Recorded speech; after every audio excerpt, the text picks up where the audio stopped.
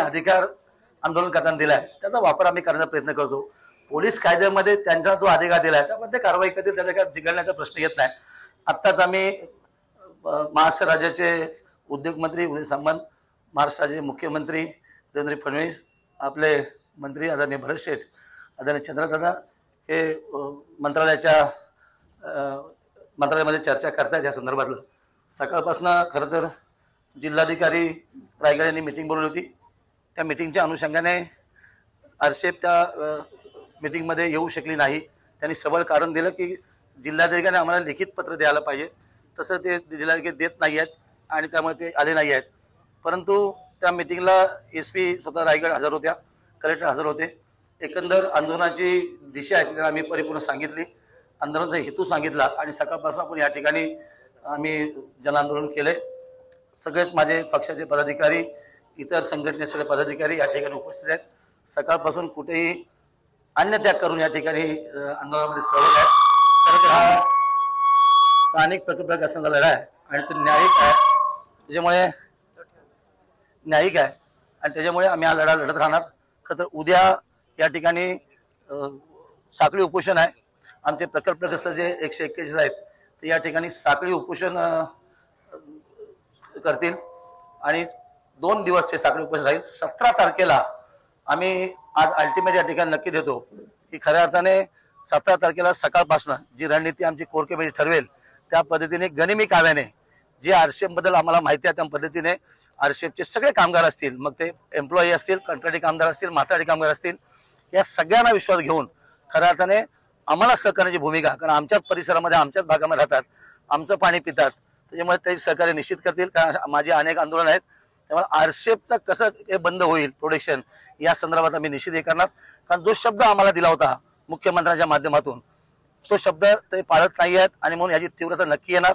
मी माझ्या आंदोलनामध्ये नक्की म्हटलेलं आहे की आरशेपचं पहिलं आंदोलन, नंतर JSWचं आहे, नंतर रिलायन्सचं आहे, नंतर गेलचं आहे। माझ्या इलाक्यातले सगळे आंदोलन मी अशाच पद्धतीने करणार। हा जनतेचा अधिकार आहे। जे आमचे प्रकल्पग्रस्त आहेत, बाधित प्रकल्पग्रस्त आहेत किंवा माझ्या परिसरात बेरोजगार आहेत, त्यांना त्या याच्यामध्ये रोजगार मिळण्याची प्रक्रिया आहे आणि तो माझा अधिकार, जरी सरकारचा आमदार असलो तरी न्याय हक्कासाठी रस्त्यावर उलाढण्याची माझी वृत्ती आहे ती कायमची आहे, ती कितीही बदलणार नाही आहे। सरकारमध्ये असो या नसो, आणि गेले 6 महिन्यामध्ये या संदर्भात सगळ्या पातळीवरती मी प्रामाणिकपणे प्रयत्न केला। मला असं वाटतं याच्यामध्ये जिल्हाधिकाऱ्यांची भूमिका महत्त्वाची आहे। अति तातडीने याच्यामध्ये मुख्यमंत्री असतील, जिल्हाधिकारी असतील, इतर अधिकारी असतील, ते एकत्र येऊन मला असं वाटतं की या प्रकल्पाचा न्याय देतील। कारण या जिल्ह्यामध्ये अनेक उद्योग येतात आणि आम्ही त्याचं स्वागत निश्चित करतो। जर उद्योग खऱ्या अर्थाने इथे जास्त पाणी यायला पाहिजे असतील तर खरं तर सरकारने स्थानिकांना प्राधान्याने सहकार्य करायला पाहिजे, ही आमची त्याच्यामागची भूमिका आहे। आत्ता जो का प्रकार झाला तो एकंदर पोलीस आणि आंदोलनकर्ते यांच्यामध्ये तो संघर्ष होतो, तो नेहमीच आंदोलनामध्ये होतो, त्यात गैर काय नाही आहे। काही पोलिसांनी ज्या ऍक्शन मोडमध्ये गेले सकाळपासून आम्ही त्यांना सहकार्य केलं, त्यांनी आम्हाला सहकार्य केलं आहे, तर अशा पद्धतीने करायला पाहिजे नको असं आमचं मत आहे। पण 17चं आंदोलन हे अति तीव्रतेचं असेल। आम्ही वडखळपासून येणारी या ठिकाणी पर्यटन असतील, या लोक असतील, यांना आम्ही मज्जाव करणार। मुंबई येणारा जेवढा पर्यटक असेल त्यांना आम्ही मज्जाव करणार, ही तीव्रता आहे आणि त्याच्यामुळे त्या भूमिकेतनं आम्ही निश्चित जाणार आहोत। याची दखल शासन देखील, प्रशासन देखील घेईल असं मला वाटतं आणि आज चांगल्या पद्धतीने या आंदोलनाला, प्रकल्पग्रस्तांच्या आंदोलनाला आणि स्थानिक विविध प्रश्नांमध्ये सहकार्य करण्यासाठी जे माझ्या तालुक्यातनं किंवा मूळ तालुक्यातनं जे माझे कार्यकर्ते पदाधिकारी आले, विविध संघटना त्यांचे मनपूर्वक आभार व्यक्त करतो। जय हिंद, जय महाराष्ट्र।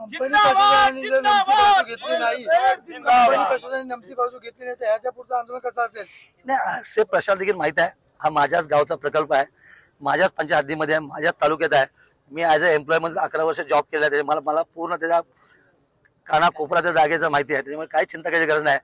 जे कामगार कंत्राटी आहेत ते माझे आहेत, माथाडी कामगार माझे आहेत, एम्प्लॉई आमदार माझे आहेत आणि या अशा प्रसंगामध्ये ते नक्की आमच्या बरोबर येतील आणि आरशेपचं प्रोडक्शन बंद होईल। त्याच्यामुळे आरशेपचं नाक दाबल्याशिवाय त्यांचं तोंड उघडणार नाही, भूमिका जी आहे ती आम्ही निश्चित येणाऱ्या काळामध्ये करणार आहोत। आपला जो प्रश्न आहे की आरशेप दखल घेत नाही, ती अति दखल घेऊन आम्हाला योग्य नाही देते।